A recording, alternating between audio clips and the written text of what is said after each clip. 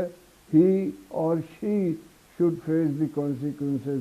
اسی پرنسپل کو واضح کیا ہے جسٹس مقبول باقر اور میجورٹی ججز نے کہ اس کے بغیر کوئی ہو نہیں سکتا. آپ کا انکم ٹیکس آرڈیننس بھی یہی کہتا ہے. اب اس میں جو ویلتھ اسٹیٹمنٹ ہے، اس کے جو فارم ہے، اس میں بھی لکھا ہے کہ properties of your spouse, but if they are filer, they should declare their own. تو اس میں تو دونوں کو سپریٹ فائلر کا اسٹیٹس میاں بیوی کے ہونے سے کوئی ایک دوسرے کے ذمہ دار نہیں ہوتا. بالکل انہوں نے صحیح پرنسپلز لے ڈاؤن کیے ہیں سپریم کورٹ میں. اچھا اشتر اوصاف صاحب، آپ کیا سمجھتے ہیں کہ آپ اس فیصلے کو کیسے دیکھتے ہیں؟ فیصلے کی میرٹس تو اپنی جگہ پہ ہیں. آپ کے سامنے میں دراصل گاڑی میں ہوں، میرے سامنے اس وقت ججمنٹ نہیں ہے، لیکن آپ کو میں بتا سکتا ہوں کہ اس کے اوپر تمام ججز کے سگنیچر نہیں ہیں. جن لوگوں نے، جن جج صاحبان نے اس ریویو کو ایکسیپٹ کیا ہے، ان کے دستخط تو ہیں، اور ہمیں یہ دیکھنا پڑے گا کہ اس ساری ججمنٹ کے اندر تمام ججز کے اپنے اپنے ویوز کیا ہے. وہ اپنی جگہ پہ ہے، لیکن جو ابھی آپ دیکھ رہے تھے اور پڑھ رہے تھے، اس کا امپیکٹ نہ صرف اس کیس پہ ہوگا بلکہ اس ماضی میں سنائے گئے فیصلوں کے اوپر بہت زیادہ امپیکٹ ہوگا. اور ان میں سے ایک کیس ایسا ہوگا جس میں لیونگ بیونڈ مینز کے اوپر کنوکشن ریکارڈ ہو چکی ہے، جس میں جو ہے وہ آرڈر سسپینڈ کر کے ایک سابق وزیر اعظم کو جو ہے وہ ضمانت دی گئی. اور اس میں بھی آپ دیکھیں گے کہ ان کی بیٹی کے جو باتیں ہیں اور ان کے جو شوہر کی ہیں، ان کو کلب کر دیا گیا with that of the father. اور ان کے بچوں کو جو فائدز نہیں ہیں، جو پاکستان کے انکم ٹیکس کے لاء کے ماتحت نہیں آتے، بیکاز وہ یہاں پہ انکم ٹیکس کی ادائیگی نہیں کرتے، اس کو بھی انہوں نے کلب کر دیا. اور یہ ایک بڑے دور رس اس کے اوپر جو ہے نتائج ہمیں دیکھنے کو ملیں گے. ناظرین، ہماری گفتگو جاری ہے. ایک مختصر سے کمرشل بریک کا وقت ہوا ہے، ملتے ہیں اس وقفے کے بعد.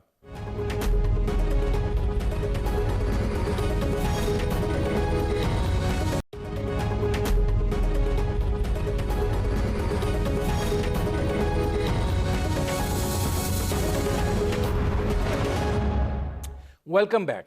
اچھا شائق عثمانی صاحب، پہلے ذرا اس نقطے کے اوپر ہی جو اشتر اوصاف صاحب بات کر رہے ہیں کہ اس کے پھر اثرات جو ہیں وہ دیگر کیسز کے اوپر بھی ہم دیکھیں گے، تو یہ کیا ایک نیا پریسیڈنٹ سیٹ ہوگا؟ کیا کہیں گے آپ اس پہ؟ نہیں، دیکھیے اس چیز کو آپ کو سوچنا چاہیے کہ جج ایک پبلک سرونٹ یا سول سرونٹ نہیں ہوتا. اور جب ایک جج اوتھ لیتا ہے تو اوتھ لینے سے پہلے اس کو کوئی اپنی ایسٹ ڈکلریشن نہیں کرنی پڑتی. آپ کے سامنے رشید رضوی صاحب ہیں، وہ بھی جج رہ چکے ہیں، میں بھی جج رہ چکا ہوں. میں نے تو کوئی اپنی ایسٹ ڈکلریشن نہیں دی تھی، نہ انہوں نے کبھی ایسٹ ڈکلریشن دی ہوگی. تو جہاں تک کہ پبلک سرونٹس ہوتے ہیں یا سول سرونٹس ہوتے ہیں، ان کو دینی پڑتی ہے ڈکلریشن، اور اس وجہ سے وہ باؤنڈ ہوتے ہیں کہ جو اس میں لکھا ہوتا ہے صحیح ہے کہ غلط ہے. پہلی بات تو یہ ہے. دوسری یہ کہ جس طرح رشید رضوی صاحب کہہ رہے تھے کہ ویلتھ اسٹیٹمنٹس جو ہوتی ہیں وہ اس میں ہر ایک کی اپنی ہوتی ہے.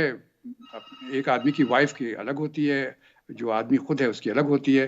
تو وہ یہ نہیں کہہ سکتے کہ وہ ایک جو آدمی ہے وہ اپنی بیوی کے جو ڈیکلریشنز ہے اس سے باؤنڈ ہے، یا اپنے بچوں کی ڈیکلریشن سے باؤنڈ ہے. تو جو فرق ہے نا، جو کمپیئر کیا جا رہا ہے ابھی جو میں دیکھ رہا ہوں میڈیا میں، وہ یہ کہا جا رہا ہے کہ اگر سیاستدان اور یہ لوگ دوسروں کے لیے یہ چیزیں ہیں تو ججز کے لیے کیوں نہیں ہے. وہ صاف ظاہر ہے چونکہ ان کو کبھی ایسے ڈکلریشن کرنی نہیں پڑتی. اب رشید رضوی صاحب ایک اور سوال جو کہا جا رہا ہے کہ دیکھیں سپریم جوڈیشل کونسل ہے, سپریم جوڈیشل کونسل میں 3 سینئر موسٹ سپریم کورٹ کے ججز ہیں, پھر 2 سینئر موسٹ آگے ججز ہیں. ایسا ادارہ جو ہے کیا وہ فیصلہ نہیں کر سکتا کہ جب آپ ادھر ریفرنس جا رہا ہے اور اگر سپریم کورٹ کو کی طرف آ جاتا ہے معاملہ تو پھر یہ کونسل حاوی ہے یا سپریم کورٹ اوپر ہے, کیا اس کا کیا کیسے طے ہوگا معاملہ پھر؟ دیکھیں یہ کنفیوژن جو خود ہے مختلف سپریم کورٹ کے معذرت کے ساتھ فیصلوں نے کیا ہے. اب سپریم کورٹ تو ڈیفائن ہے کانسٹیٹیوشن کے تحت, اس کے اپنے اختیارات بھی آئین میں درج ہیں. اس کے لیے ججمنٹ آئی ہیں اس کے شوکت صدیقی کے کیس میں بھی, اس سے پہلے حسن فاروق صاحب کے کیس میں بھی, فاروق عرفان کے, اور مختلف ججوں کے پہلے کیس میں آیا ہے. انہوں نے سٹیٹس جو ہے سپریم جوڈیشل کونسل کا وہ کورٹ کا نہیں دیا, ٹریبونل کا بھی نہیں دیا ہے, وہ ایک ڈومیسٹک فورم کے طور پہ کام کرتی ہے. اب اگر اس کے پاس قانون شہادت اپلائی نہیں کرتا ہے, کرمنل پروسیجر کوڈ یا سول پروسیجر کوڈ نہیں اپلائی کرتا ہے, تو وہاں اس ادارے سے آپ کس طرح سے انصاف کی توقع وابستہ رکھیں گے؟ آرٹیکل 10A کے امینڈمنٹ کے بعد سپریم کورٹ کو چاہیے تھا کہ وہ اس کو کہتے کہ جی ڈیو پروسیس کے تحت انہیں کارروائی کرے گی. آج تک لوگوں کو یہ نہیں پتہ چلا. آپ اس کی سپریم جوڈیشل کونسل کی ویب سائٹ پہ جا کے دیکھ لیں, آپ کو نہیں پتہ چلے گا کہ 2021 میں کتنے کیس چلے, کتنے ڈراپ ہوئے, کتنے ایکویٹل ہوئے, کتنے کنوکٹ ہوئے 2020 میں, 2019 میں.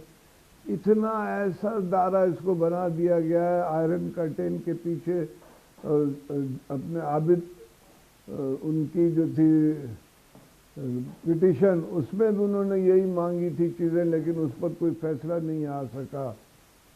تو میں سمجھتا ہوں کہ کورٹ کو, سپریم کورٹ کو چاہیے کہ اپنا پریویس ریویو کریں نظریہ, اور کہیں کہ جی یہ ادارہ جو ہے یہ ڈپارٹمنٹل پروسیڈنگز نہیں, یہ کورٹ کے تحت کام کرے گی. رولز میں بھی بڑے جو انہوں نے رولز بنا دیے, پہلے تو سپریم جوڈیشل کونسل کو کوئی لا میں اختیار نہیں تھا اپنے آپ کے رولز بنانے کا, لیکن انہوں نے بنا دیے. اس میں بھی کوئی ایویڈنس میں ڈیفینڈنٹ جج کو کوئی اختیار نہیں ہے. اس کے برعکس CRPC میں, CPC میں ایک عام آدمی کو بھی اتنے اختیارات ہیں جتنے ایک جج کو ڈیفینڈ کرنے میں نہیں ہوں گے. اسی لیے چیزیں جو ہیں وہ 184(3) میں سپریم کورٹ کے لارجر بینچ کے سامنے آ رہی ہیں. اب اشتر اصاف صاحب, یہ تو سپریم جوڈیشل کونسل کو بھی سوالیہ نشان بنا دیا رشید رضوی صاحب نے. دیکھیے سپریم جوڈیشل کونسل کا جو حیثیت جس طرح رشید رضوی صاحب بصد ادب انہوں نے تو ریڈیوس کر دیا ایز نتھنگ. نہیں, یہ ایک آئینی ادارہ ہے, اس کو اپنے جو ہے طریقہ کار واضح کرنے کا اختیار ہے, وہ وضع کیا گیا اور وہ ایک کنسسٹنٹ پریکٹس چلی آ رہی ہے, اس کے تحت ہو رہا ہے. اور یہ میں آپ کو بتاؤں کہ اس ججمنٹ سے اور جو اس کی حیثیت ہے وہ اس میں کوئی ذوف نہیں آیا. ہاں, یہ کہا کہ اگر اور اس کی کارروائی کے اوپر بھی یہ کہا گیا کہ اس کی کارروائی کے اوپر ہم کوئی کسی قسم کا کام کرنے کو ہمارے اوپر کوئی کسی قسم کا اختیار نہیں ہے. ہاں, جو افتخار محمد چودھری صاحب کے متعلق جو ریفرنس دائر کیا گیا اس میں یہ لکھا گیا ہے ججمنٹ میں کہ جو ریفرنس دائر کیا گیا وہ ریفرنس غلط تھا, وہ میلا فیڈے تھا. اس کے بعد اب یہ جو ہے فرق عرفان صاحب کے کیس میں ایسی بات انہوں نے نہیں کی. انہوں نے کہا کہ یہ جو ہے جو بھی انہوں نے درخواستیں دی ہیں ہم ایکسپیکٹ کرتے ہیں کہ ان درخواستوں کے اوپر فیصلہ کیا جائے گا, اور وہ مانگ رہے تھے کہ اس ساری چیز کو پبلک کیا جائے. تو پروسیڈنگز جو ہیں وہ جو اس کا فیصلہ ہے وہ یہ سب کے سب قابل انٹرفیرنس نہیں ہے. ہاں جو اس کیس میں بھی فیصلہ آیا تھا اس میں بھی انہوں نے کہا کہ وزیر اعظم نے جو ایڈوائس دی تھی وہ ایڈوائس غلط تھی. پریزیڈنٹ کو چاہیے تھا کہ انڈیپینڈنٹ ایڈوائس لیتے. یہ بھی کہا گیا کہ ریفرنس بیلا فیڈے پہ مبنی تھا. اور اب انہوں نے یحییٰ آفریدی صاحب کا جو نوٹ ہے اس کو آپ پڑھیے. اس میں انہوں نے لکھا ہے کہ شہزاد اکبر اور جو باقی لوگ تھے جنہوں نے انسٹرکشنز دی ایف بی آر کو, ان کو اختیار نہیں تھا. سو سپریم جوڈیشل کاؤنسل کی حیثیت جو ہے اس کو آپ کوئی چھوٹا نہ سمجھیے. ہاں جن لوگوں نے سپریم جوڈیشل کاؤنسل کو وہ ریفرنس جو بھیجا ہے ان کا پروسیجر, ان کے اختیارات کے استعمال کرنے کا طریقہ اگر وہ غلط ہے تو وہ ریفرنس واش ہو سکتا ہے پروسیڈنگز میں. نہیں, اب اس میں شائق عثمانی صاحب یہ فرمائے گا کہ آپ نے رشید رضوی صاحب کی بات بھی سنی اور اشتر الصاف صاحب کی بات بھی سنی. سوال یہ پیدا ہوتا ہے کہ کیونکہ اب یہ بات بھی کہی جا رہی ہے, ظاہر ہے حکومت ریویو میں بھی ہے اور اعتراض ہے وہ ہٹ جائے گا, پھر یہ ڈیبیٹ ہوگا کہ سپریم جوڈیشل کونسل جو ہے وہ کدھر سٹینڈ کرتی ہے, سپریم کورٹ نے ہی مسئلہ حل کرنا ہے یا ادھر ہی جانا ہے. تو پھر یہ کنفیوژن جو ہے اس کا حل کیسے نکلے گا, اور وہ پھر اس ساری یہ جو قاضی فائز عیسیٰ والا معاملہ ہے اس صورتحال کو کیسے میرٹ کرے گا؟ دیکھیے یہ سپریم کورٹ کا جو فیصلہ آیا ہے یہ تو اب فائنل ہو گیا نا, یہ ریویو میں فیصلہ کیا گیا ہے. جہاں تک کہ سپریم جوڈیشل کاؤنسل کا تعلق ہے وہ ایک کانسٹیٹیوشنل باڈی ہے اور اس کے ساری چیزیں ڈسکرائبڈ ہیں, اور ججز کو جج کرنے کے لیے ان کی اکاؤنٹیبلٹی کے لیے ایک سیپریٹ باڈی کی ضرورت ہے, اور میرے خیال میں وہ کافی حد تک کامیاب ہوتی ہے اس میں. اگر اس کا آلٹرنیٹیو یہ ہے, کئی ملکوں میں یہ ہوتا ہے کہ وہ پارلیمنٹ کے پاس جاتے ہیں اور وہاں سے فیصلہ کرتے ہیں, لیکن پارلیمنٹ پاس جانا جو ہے خطرے سے خالی نہیں ہے, کیونکہ پارلیمنٹ جو ہے وہاں سیاستدان موجود ہوتے ہیں, اور سیاستدان جو ہیں وہ ان کے اپنے طور طریقے ہوتے ہیں, اپنے سوچنے کے انداز ہوتے ہیں, اور اس کی وجہ سے غلط فیصلے بھی ہو سکتے ہیں اور غلط کام ہو سکتے ہیں. تو میرے خیال میں سپریم جوڈیشل کاؤنسل میں کوئی نقص نہیں ہے, بالکل صحیح ہے, ہونا چاہیے. یہ الگ بات ہے کہ عام طور سے جو ریفرنس پیش کیا جاتا ہے وہ اس میں نقص ہوتا ہے اور وہ صحیح نہیں ہوتا. جس طرح ابھی اس کیس میں بھی یہی ہوا ہے کہ جو ایویڈنس گیدر کی گئی ہے وہ اپیرنٹلی سپریم کورٹ نے یہ ہولڈ کیا ہے کہ وہ صحیح طریقے سے نہیں گیدر کی گئی ہے. تو نیچرلی ایک ریفرنس جو اس پہ بیسڈ ہوگا وہ صحیح نہیں ہوگا ریفرنس. تو اس چیز کو تو یقیناً سپریم کورٹ دیکھ سکتی ہے, لیکن ویسے سپریم جوڈیشل کاؤنسل کو پوری پاورز ہیں اور اس میں کسی طرح کی انٹرفیئرنس نہیں ہونی چاہیے. اس میں ایک رشید رضوی صاحب ایک چیز لکھی گئی ہے, میں آپ کو پڑھ کے سناتا ہوں, شاید یہ نقطہ نظر تھوڑا سا واضح ہو سکے, اور وہ یہ ہے کہ asking the council by the impugned direction to conduct proceedings to decide whether or not it will require into the matter of alleged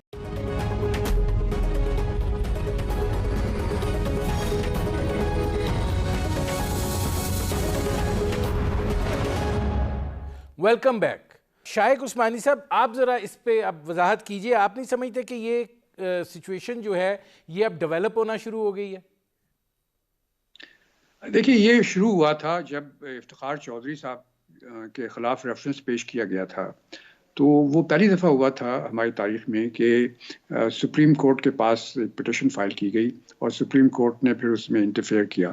یہ ہونا نہیں چاہیے تھا, لیکن وہ ایک سرکمسٹانسز ایسے تھے جس میں کہ یہ ملٹری حکومت تھی اور یہ سراسر وہ میلافائڈ تھا, ریفرنس سب کو نظر آ رہا تھا, تو اس میں سپریم کورٹ نے ایک نوٹس دی اور اس پہ ایکشن لیا.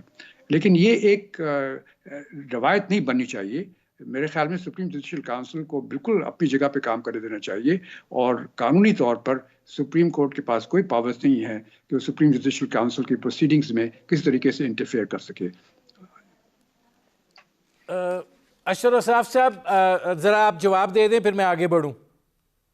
جی میں عرض کر رہا تھا کہ کوئی نئی بات نہیں ہے، اصل بات جو ہے وہ یہ ہے کہ جو سو موٹو اختیارات ہیں سپریم کورٹ کے، میرا موقف ہمیشہ رہا تھا اور آج بھی ہے، وہ یہ ہے کہ سو موٹو اختیارات جب کوئی کثیر تعداد میں لوگوں کی فنڈامنٹل رائٹس کی وائلیشن ہو اس میں تو سو موٹو شاید کر سکیں۔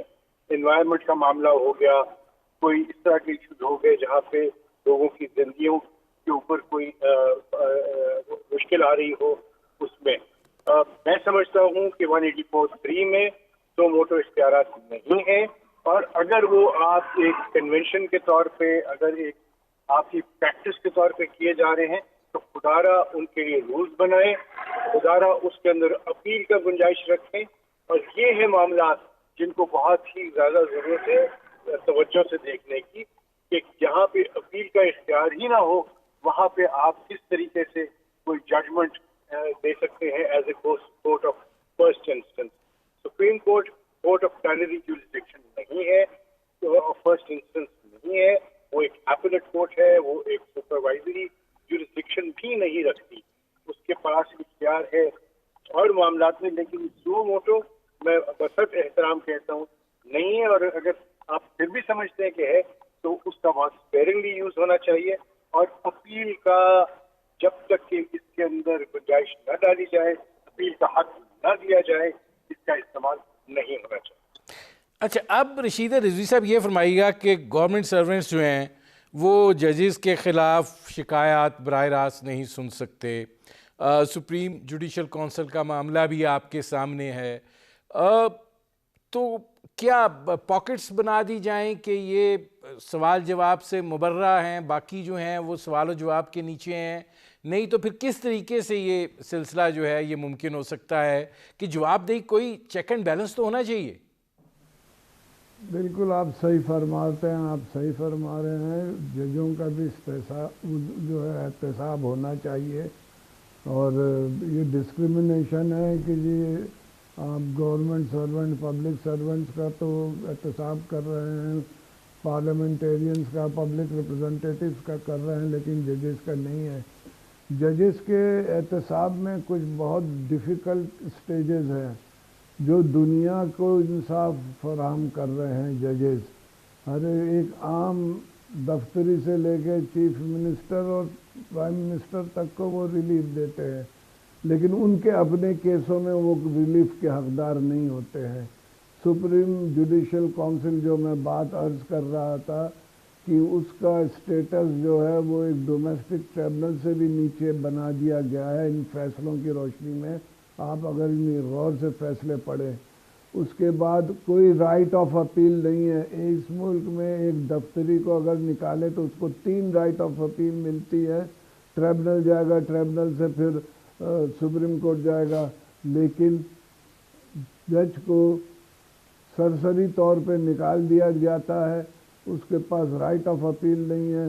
تو یہ بھی تو آپ دیکھیں نا زیادتی ہے، اس اینگل سے نہ حکومت دیکھ رہی ہے، نہ عوام دیکھ رہی ہے، نہ میڈیا دیکھ رہے ہیں، نہ بار نہ بینچ دیکھ رہے ہیں کہ عام آدمی کو رائٹ آف اپیل ہے، لیکن سپریم جوڈیشل کونسل کے فیصلے کے خلاف کسی جج کو رائٹ آف اپیل نہیں ہے۔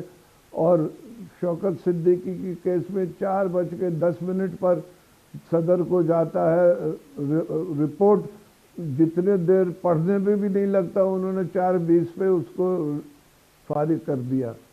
تو جہاں پہ اس طرح سے ججز کو نکالیں گے تو کیا آزادی سے جج کام کریں گے؟ گارنٹی آف ٹینیور ایک ایسی چیز ہے جو ججز میں طاقت دیتا ہے کہ وہ انڈیپینڈنٹلی کام کرے، اسے معلوم ہے کوئی نہیں ہٹا سکتا، لیکن جس طرح سے اس ملک میں سپریم جوڈیشل کونسل کو استعمال کیا گیا ہے، ہر جج کے سر پہ ایک تلوار لٹکی ہوئی ہے۔ شائق عثمانی صاحب، آپ بھی ایسا سمجھتے ہیں؟ اور کیا یہ اب ڈیبیٹ سیٹل ڈاؤن ہونی چاہیے کہ بینچ اوپر ہے کہ کونسل اوپر ہے، کونسل اوپر ہے کہ بینچ نیچے ہے؟